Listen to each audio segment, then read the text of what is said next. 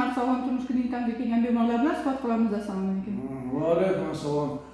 Men shu klinikaga 2018-yil birinchi marta kelib, bir marta yotib shu klinika sababchi doktor Hojakam sababchi men shifo topganman.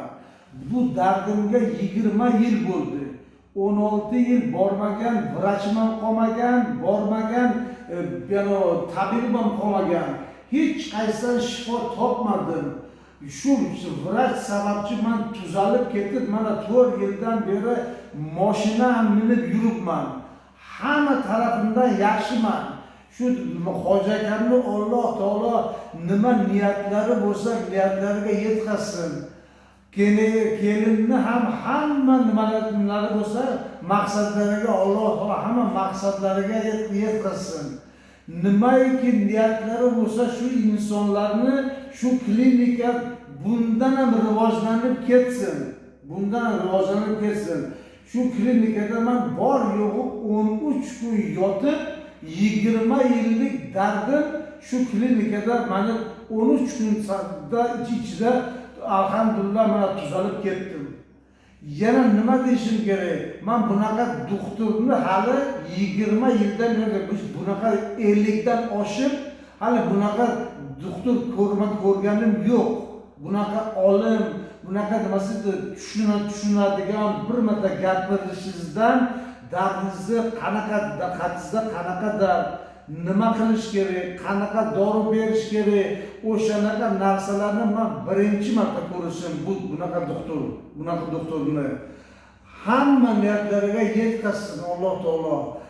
Shu nima aytaman-ku, mana shu klinika bundan ham rivojlanib, ana yangi klinikalarni ham erta indin ochib, o'shadan odam to'lib ketib, klientlar to'lib ketsin.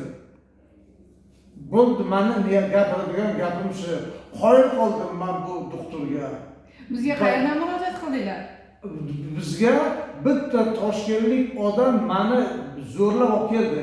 Men aytdim, qo'ying, men borayman dedi. Bormagan doktorim ham qolmagan, bormagan tabibim ham qolmagan deb hammasi bo'ldi, davolayman, u bu deb gapiradi, lekin hech qayerda shifo topmadim. Shu doktor sababchi, shu Hojakam sababchi men 4 yildan beri pristupim yo'q. Dori ichaman, to'g'ri, dori ichaman, lekin pristup yo'q.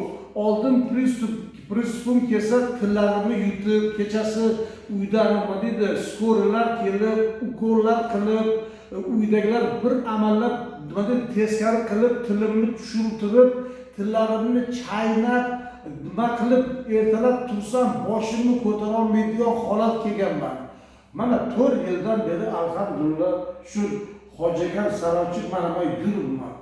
Bemalol hamma joyda qo'y go'sht yeyish mumkin emas edi, ot go'sht yeyish mumkin emas edi, pista, bodom, tuxum, unaqa narsa umuman yemang dedi qolgan vrachlar.